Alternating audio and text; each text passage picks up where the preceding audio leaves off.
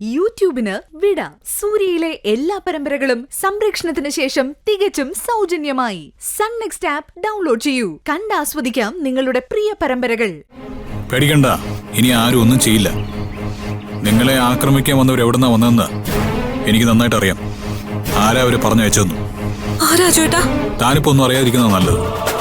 വെറുതെ ആന്റിയെ കൂടി വിഷമിപ്പിക്കണ്ട. ആ, ആന്റി നമ്മളെ ശ്രദ്ധിക്കുന്നുണ്ട്.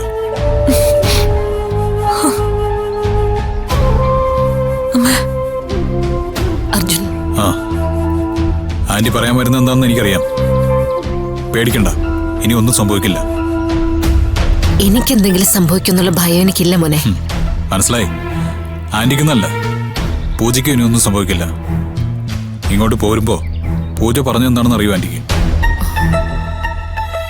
അമ്മയുടെ അടുത്ത് കുറച്ച് ദിവസം ഇരിക്കാലോ എന്നാ. ആന്റി അവള് കാണുന്നത് അമ്മയായിട്ട് തന്നെയാ.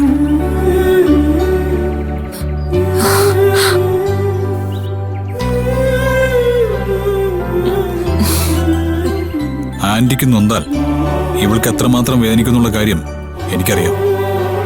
ദേ, ഇങ്ങനെ നിങ്ങൾ രണ്ടുപേരും ചേർന്ന് നിൽക്കുമ്പോൾ എനിക്കറിയാം എന്തുമാത്രം ബന്ധമാ നിങ്ങൾക്കിടയിലെന്ന്.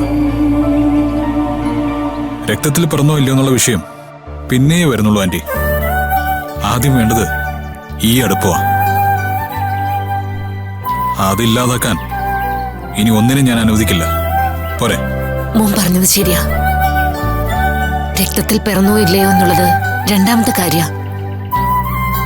അമ്മ എന്ന രീതിയില് ഞാൻ എന്റെ കർമ്മങ്ങൾ ചെയ്യാൻ എനിക്കൊരവസരം കിട്ടിയിട്ടില്ല.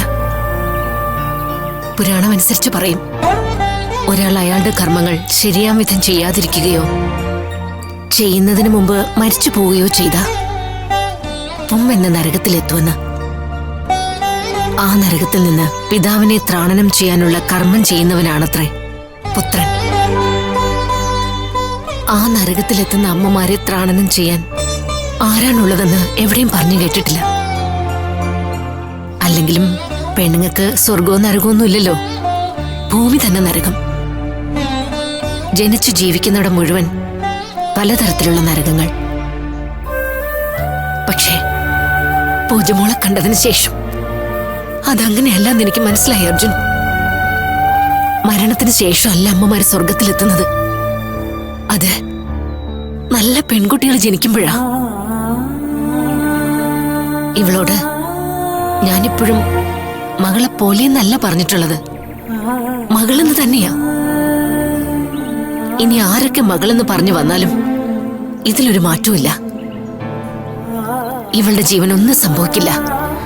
അത് എനിക്ക് അർജുൻ മോൻ ഉറപ്പ് തന്നാ മതി.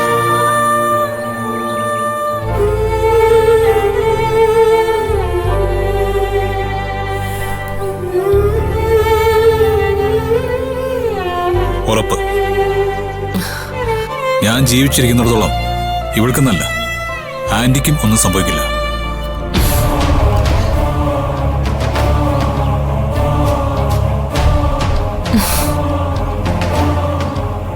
സമയം കഴിഞ്ഞു കേട്ടോ. വരൂ. ചെല്ല്.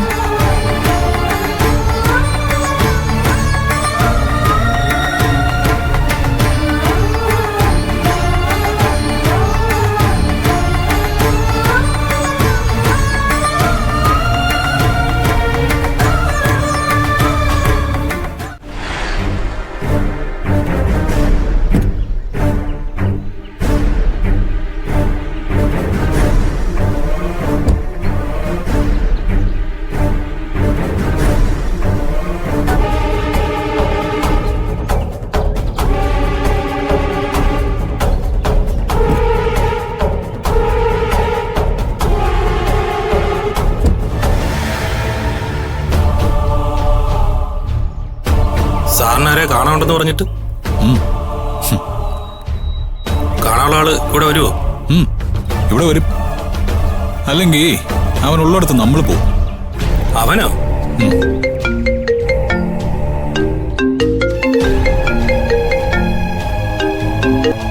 ഹലോ, അതെ അർജുൻ. ആ പറ പറ പറ ഇറങ്ങിയോ? ആ ശരി. അല്ല, ഹൈവേയിലേക്കുള്ള റോഡിലൂടെ തന്നെയല്ലേ വരുന്നത്? ആ ഓക്കെ ഓക്കെ, ഞങ്ങളിവിടെ വെയിറ്റ് ചെയ്യുന്നുണ്ട്. ശരി ശരി ശരി. ആ താൻ വണ്ടി കയറ്.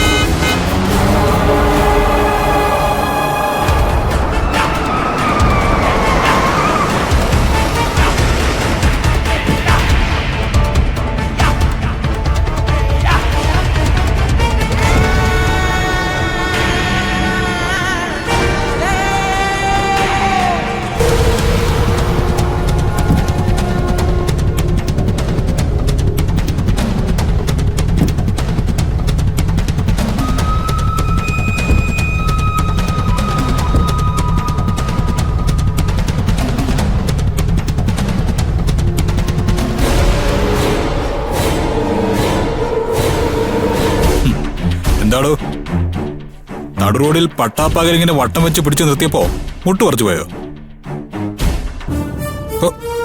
ഓ, വെളിക്ക് പോകുമ്പോഴും ഇങ്ങനെ ഒന്ന് രണ്ടെണ്ണം മസിൽ ഉരുട്ടി കൂടെ നിന്നില്ലെങ്കിൽ നിന്റെ ഒന്നും വയറൊഴിയില്ലല്ലോ അല്ലേ? ആ, നിന്റെ വീട്ടിലേക്ക് കയറി വന്നിട്ടേ ഒന്ന് പൊട്ടിച്ചാലോ എന്ന് ആദ്യം കരുതിയത്. പിന്നെ തോന്നി ഇതുപോലെ പട്ടാപ്പകലും നടുറോഡിലിട്ട് തല്ലിയാലേ നീയൊക്കെ പഠിക്കുള്ളൂന്നാ.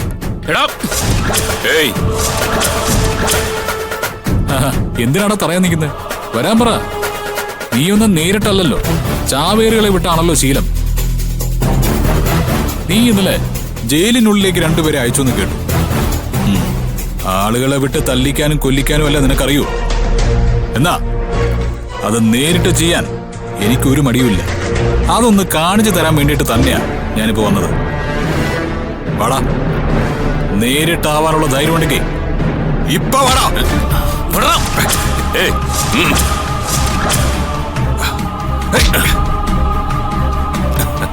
അർജുൻ, നിനക്ക് ചോര തിളപ്പിച്ചിരി കൂടുതലാണെന്നുള്ളത് എനിക്കറിയാം. ഈ പ്രായത്തില് എനിക്കൊന്നും എന്നെ പോലെയുള്ള ചെറുപ്പക്കാരോട് നേരിട്ട് അടിപിടി കൂടാനുള്ള ആവതൊന്നുമില്ല. അതുകൊണ്ട് തന്നെയാണ് ഇതുപോലെയുള്ള ചിലതിന് ചെല്ലും ചെലവും കൊടുത്ത് കൊണ്ട് നടക്കുന്നത്. ഇവരെ തല്ലാൻ പറഞ്ഞാ തല്ലും, കൊല്ലാൻ പറഞ്ഞാ കൊല്ലും. നിന്റെ ആന്റിയെയോ ഭാര്യയെയോ നിന്റെ തന്തയെയോ തള്ളയെയോ എന്തിനടാ, ഇനി നിന്നെ തന്നെ വേണമെങ്കിലും അങ്ങനെ ചെയ്യും. ഇപ്പോ ഈ നിമിഷം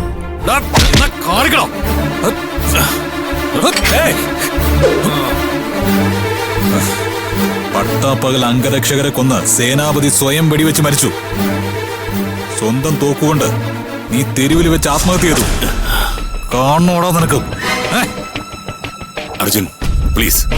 നിന്റെ മകളും മരിച്ചു പോയതിന്റെ പകയാണ് നിനക്കുള്ളതെങ്കിൽ അവളുടെ മരണത്തിൽ പൂജയ്ക്ക് ഒരു പങ്കുമില്ല. ആ മരണത്തിന്റെ ഉത്തരവാദിത്തം ഏറ്റെടുത്ത് അരുണിമാന്റെ ജയിലിൽ പോയത് പൂജയെ രക്ഷിക്കാൻ വേണ്ടി മാത്രമാ. എങ്കിൽ പിന്നെ ആരാടാ എന്റെ മകളുടെ മരണത്തിന് ഉത്തരവാദി? പ്രിയയോ? എങ്കിൽ പുറത്തിറക്കി താടാ അവളെ. നീ എന്തിനാണ് അവളെ ഒളിപ്പിച്ചു വെച്ചിരിക്കുന്നത്?